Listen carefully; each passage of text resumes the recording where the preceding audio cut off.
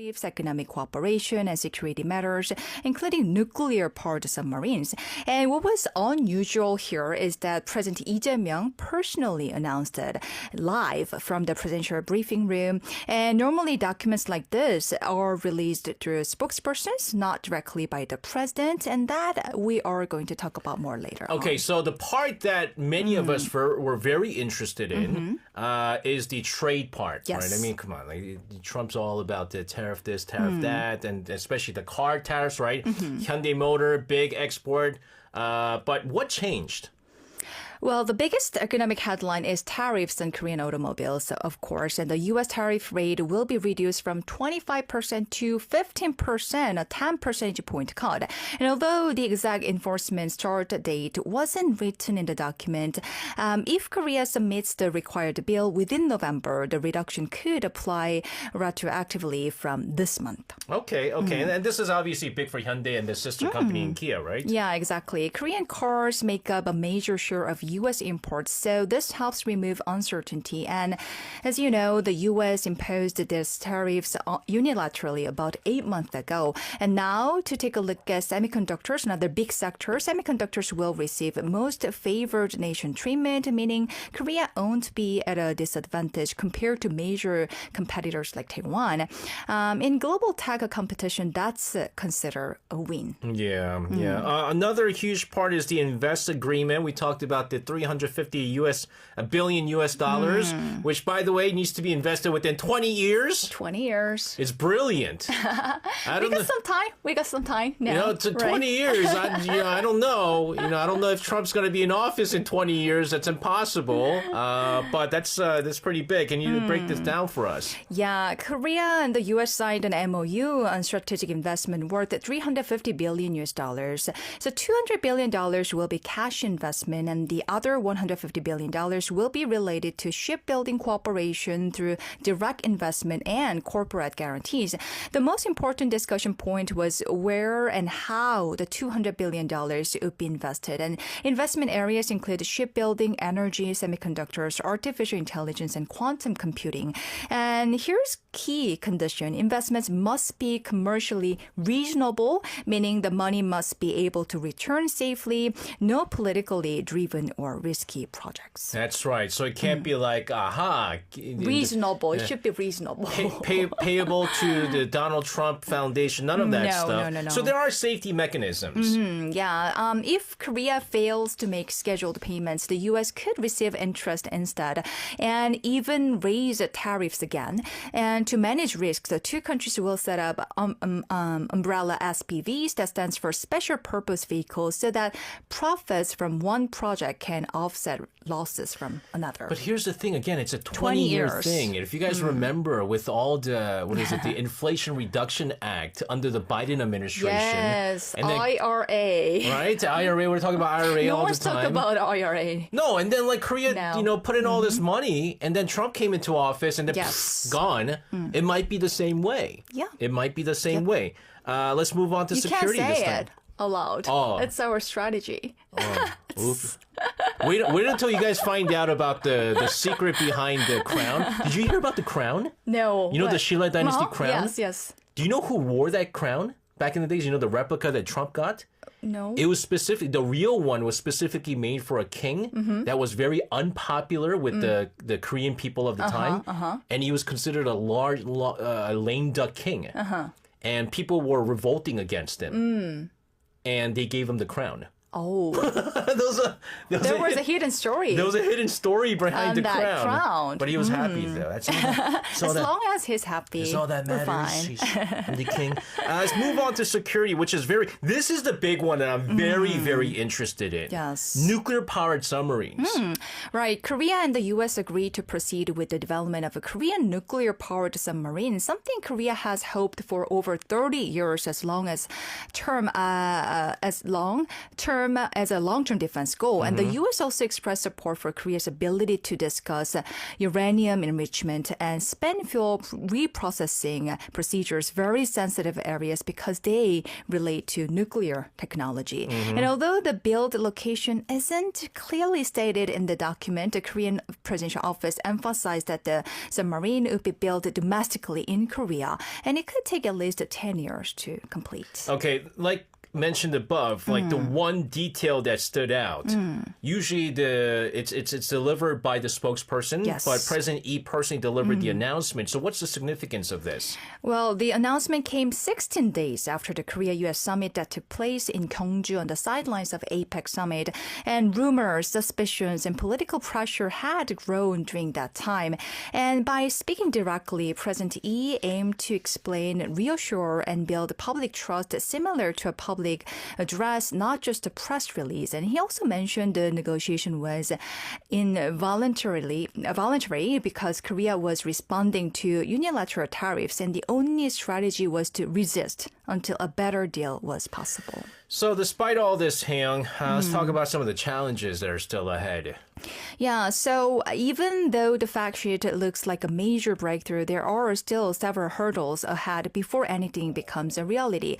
First, like mentioned above, the wording doesn't clearly say the submarines will be built in Korea. And second, parts of the agreement still require approval from the U.S. Congress, which means it's not a finalized commitment yet.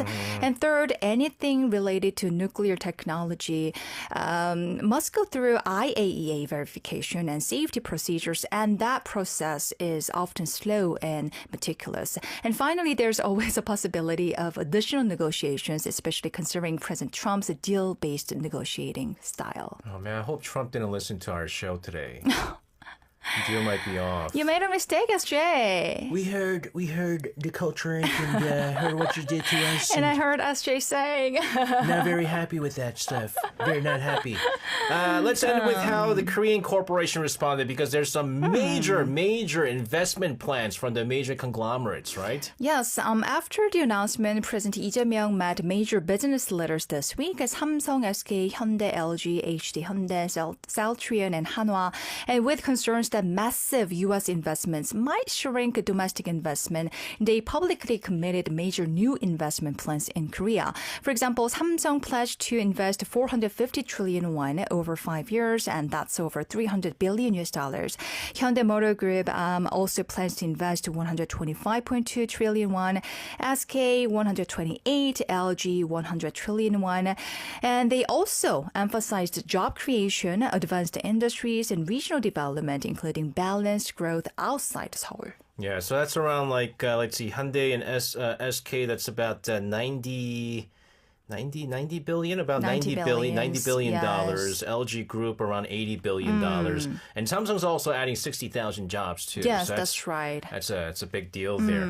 All right, guys, that's the first major issue that we talked about here. We're going to take a short song break before we go into number 2 and number 3. This is 17 with Very Nice, 아주 nice. Disobedient Spacewell over in Newcastle asked, why did Korea give Trump crown? We had to, kind of suck up to him. And go look for the behind the stories. Yeah, but it was jokes on him, though. Because, like, Stephen Colbert, like, everybody was just kind of, like, bashing on South Korea. Right. Saying, like, how can you give him a crown? When the No Kings protest is going around. But there was a big hidden States. message on which king actually wore that crown. That was very clever. And that was very clever. Yeah, that was hidden histories. But still, that was made out of solid gold, though. I would like that. I would like that and too. when considering the skyrocketing gold prices these days, exactly. It's a huge gift. Let's talk about what happened last Thursday. Right, last Thursday was Suning, the College Scholastic Ability Test, and this is widely considered. I hate the terminology, like what is it? CSAT? No, like what is it? The life or death test? No, it's not. No. Right? Unfortunately, it's pegged that way. Life always gives you second chance, so it's not like a life or death. Oh, my cousin took it 4 times, so he got 4 times. Cousin took it, so he and the result was no, he still didn't get to. He wanted to get into medical school, but he couldn't get I see. But again, Sunung. represents a lot. Years of preparation. It's not just preparing for a year. Family expectations. Yes. National attention. Oh my goodness. Even cultural rituals rooted in hope and anxiety. Yes. Sam, let's talk about Suneung. Like a national event. The 2026 Suneung was held nationwide on November 13th with over 554,000 applicants, the highest number in 7 years. And education experts say this year was closer to what Korean students called a 불수능, meaning the notoriously difficult exam year. And Korean, 국어, math, and English were all considered tougher than last year, and English in particular became the biggest controversy. More than 670 official objections were filed about the exam questions, and nearly 70% of them were about the English section, especially question number 24, where students argued that the wording and the answer choices did not appear in the text. And at the same time, an increasing number of students chose social studies instead of science to gain higher scores, a trend known in Korea as 사탐런. 사탐 is short for 사회탐구, and 사탐런 means running towards social studies for a strategic advantage.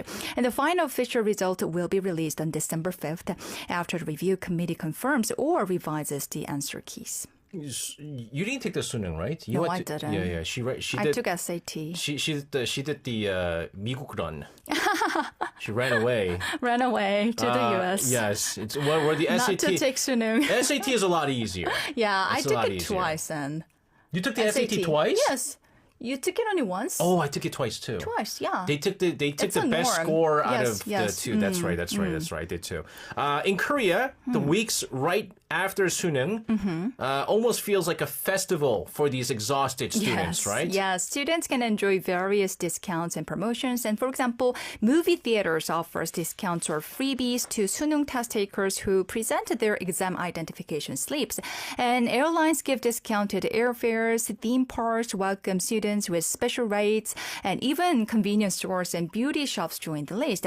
But a meaningful shift is happening these days. More people are saying benefits should not be limited only to students who actually took the test. Why? Because though a majority of high school students take the CSAT or Suneung, there are some students who decided not to take the test. Some choose early employment for financial issues.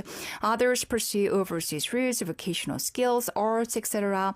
And they are just as much part of Korea's youth and future. And fortunately, a growing number of businesses are offering the same discounts and promotional events to students of the same age, even without an exam identification slips. But you didn't go through the same stress, though. But you not fair. went to high school? Yes. Yeah, and some people choose not to take the exam for, some family issues or financial issues. It can be, so it's but not. But the whole point Unfair, of it this can- is that all the stress that goes into preparing for the Suneung and having to take the Suneung for 8 hours and stuff Maybe like some that. of them just prepare for the Suneung. They didn't just take the exam on the Telling you, Suneung day. that's freebies. That's freebies. Oh, be generous, I can't SJ. say- They're only 18 or 17 years old. That's old. Oh my So goodness. it's old enough to make decisions and make your own work for your own Young allowance. 40. Oh my Be goodness. generous. Oh my goodness. On a related note, political leaders, including the president, not only encourage students for taking the CSAT or Suneung, but also deliver a meaningful message for those that chose not to take the exam. Yeah, you're not jealous of their youth, right? I do get jealous of the youth. Okay. Anyways, going back to President Lee Jae-myung. President Lee, Seoul Metropolitan Superintendent Chung Keun-sik, and the Education Minister all delivered powerful messages emphasizing diversity in life path. The core message can be summarized this way. Whether you take the exam or not, you are worthy, capable, and full of potential. Suneung is one of many opportunities, not the finish line. And this kind of message reflects an important cultural transition. Korea is slowly moving from a single-track education mindset to multi-path learning society. Good. Hopefully. And another major topic that captured public attention was the number of students who left the test early or gave up midway. Some left due to illness, including early flu cases, and others mentioned mental stress, personal decisions, or even joining a public demonstration that day. So yes, they're about to become legal adults, like you said, and no matter what choices they make, as long as they take responsibility for them, as an adult, I want to just support their decisions. Wait, they left the test to join a demonstration? That day. A few number of students. That was their excuse. I mean, I like Some the of them whole were- idea yeah. that, Sunung should not be the only path where you could go to a good university. Right, Seong? Right? Right. Right? Right. Very different from what you said Right. before the show. Let's talk about the cultural But it elements. shouldn't be my son. She's Gangnam mom. Remember that. Cultural elements noted by foreign press. You had international media outlets once again highlighting Korea's unique practices on Sunung Day. What were some of the things that they covered? Well, I'm sure it has been mentioned in many different segments or Yeah, programs, yeah. but foreign media outlets found it fascinating how the entire nation adjusts its routine to support students on Sunung Test Day. For example, all airplane takeoffs and landings are paused during the English listening section, so there is absolutely no noise interruption. And the stock market even opens an hour later than usual to help reduce morning traffic and ensure students can arrive at test centers without delays. And also, younger students pour their hearts into cheering for their seniors, singing, dancing, and doing everything they can to send them strength on exam day. And all of these practices show how deeply society comes together to support young people, even though the exam itself remains incredibly competitive and stressful. I agree. I mean, Sunung, it's been a big part since the 90s. Ben Song says, I took Sunung twice in 1 year. That was the legendary first year of Sunung. So that was like 93? Was it 93 was the first year? Was it 93 and 94? Two times. Oh my goodness. Oh my God. Man, that's almost as tough as my cousin who took it 4 times. So in like 13 years, on Sunung Day, I'll just have to church and pray and stay there until the exam is over. She's Pray. he's not even in elementary school yet. Please help Now me he's not do even well in on the exam. God, Aaron's been help so my son. fixated right now in getting into Seoul National University. Wow. I didn't even mention that. He goes, what's the top? How did you educate him? I didn't. Maybe that's why. That's why. If I educate him, that's going to be a dumb kid. Okay. We'll talk about it more during the song break. What? We'll talk about parent stuff. We'll take a short song break. This is Either with Escape. We're back in the studio with Seong. We had some serious, intense talk about the Yes. future of our Parents' children. talks. Yes. Terrible. How do you see you like that, Seong? What? Would you not want to see your daughter become the next voice of Arirang?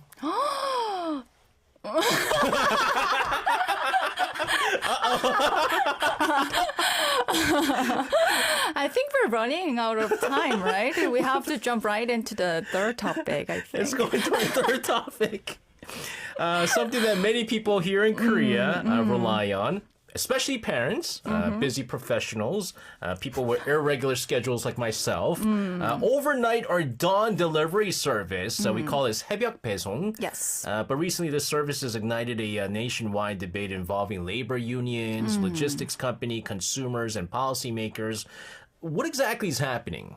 Well, dawn delivery has become a signature part of Korea's fast-paced logistics culture. And major companies like Coupang, Market Curly, and SSG, Oasis now operate overnight delivery systems that offers groceries and daily necessities before 7 a.m. And it's widely seen as convenient and even essential by many households, especially dual-income families with young kids.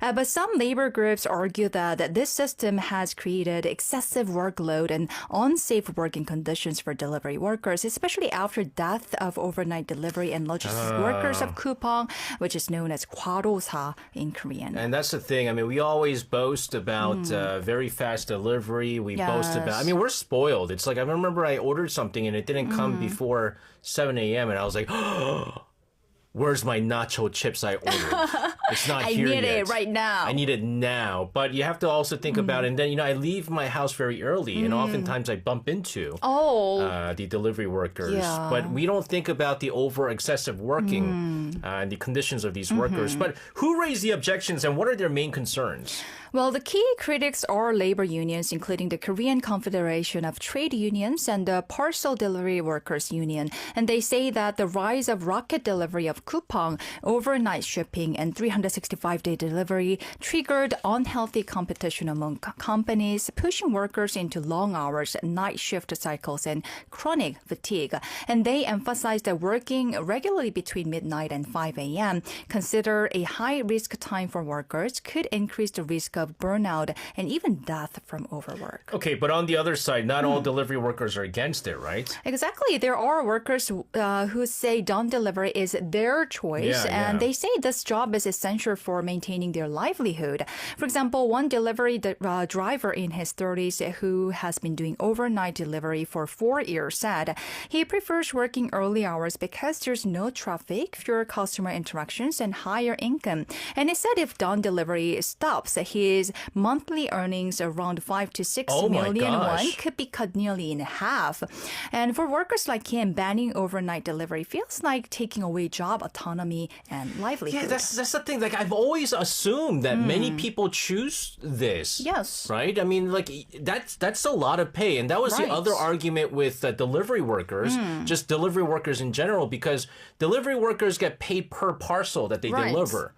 And so what they're doing they can deliver more, they can earn more money. They're choosing to deliver more.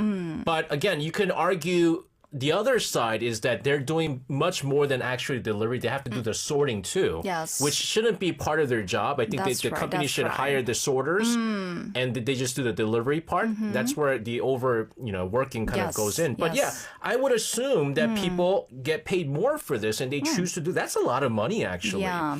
So it's not just simply workers versus companies then. Exactly, and that's what makes this debate very, very complicated. And some workers want stronger regulations for health and rest, while others want the freedom to work at night for better income. And meanwhile, the union clarifies that they are not demanding a full ban, but rather discussing minimum safety regulations such as preventing fixed long-term night shifts, mandatory rest periods, or shifting schedules to reduce extreme fatigue, and not requiring works that are not directly related to their original jobs, like you said. Yes, like sorting. Again, I don't think sorting should be part of it. Or collecting empty boxes. Oh, that's the other thing. That's right. Because when you do the groceries, you get the what is it? To keep everything fresh, there's like a separate bag that you have to collect. Okay. But what about the consumer's perspective? Like, we know how popular, again, overnight or dawn delivery is in the real world. Yes, consumers are strongly divided, but many parents and late-hour professionals express deep reliance on the service. For example, some working parents say the service is what actually allows their daily life to function. You know what? That's my case too. In my case, when my kids were younger, when they were babies, and when I didn't have diapers, formula, or groceries ready for the next morning, dawn delivery often saved me from serious stress. Yeah. And I still heavily rely on this service because oftentimes I get off work late at night, sometimes 10 p.m., and really don't have time to go grocery shopping offline. And for similar reasons, there's even an online national petition opposing restrictions, which gained thousands of signatures within days. No, I think there's got to be ways that everyone wins in this situation because, I mean, it's a very, very helpful service that we have here in Korea. And what about businesses and researchers? What are they saying? Industry research suggests that if dawn and 7-day delivery were halted, Korea could see a 40% decline in parcel demand and over 54 trillion won in annual economic losses. And some major companies even said they are open to transitioning to a 5-day work week model, and alternative solutions like shift-based scheduling or expanded manpower may work better than restricting services altogether. Okay, so then what's the real core question here then? Well, the heart of the debate is not whether dawn delivery should completely disappear. No. And most experts agree the service has already become a permanent part of modern life, like hospital, transportation, and emergency services, or like convenience stores that runs 24/7 or night taxis. And the real question is how to create a safe, fair, and sustainable labor structure while still keeping essential logistics services running. In other words, how do we protect convenience without sacrificing human well-being? That's the real question here. So the issue requires more than two sides, and experts say that discussions must include the delivery workers who are not unionized, consumers, small merchants like small or medium-sized enterprises supplying products to such distributors, and logistics experts and government policymakers, not just a small number of representatives behind closed doors. And without full participation, any policy could feel unfair or incomplete. Again, I mean, the whole thing with delivery workers and the overworking, it's been something that we talked about so long, which is why nowadays here in Korea, we have like the no delivery day, right? Like certain days, like before Chuseok, or like there are certain days where all delivery workers don't work. However, the Coupang Rockets, the dawn delivery workers, they still worked. And so that's the other thing, right? But consumers can understand that certain days that like no delivery day, we can totally accept that. But I mean, 5 to 6 million a month? That's a lot, guys. It's like $4,000 to $5,000. Well, like $4,000. But that's a lot here in Korea. Like that's getting paid a lot. You have to work at a conglomerate to get that pay. So, but, you know, they're sacrificing the well-being of their lives, right? That's right. All right, Taeyang, fun stuff here and very interesting stuff. I hope everyone was aware of what's, been a little educated with all the stuff that's been happening here in Korea there. Have a fantastic rest of your week, and we'll see you again next Tuesday. Stay warm, everyone. All right, sending her out of the studio, we'll take a listen to a song from Hae Hyun-sang with Dawn.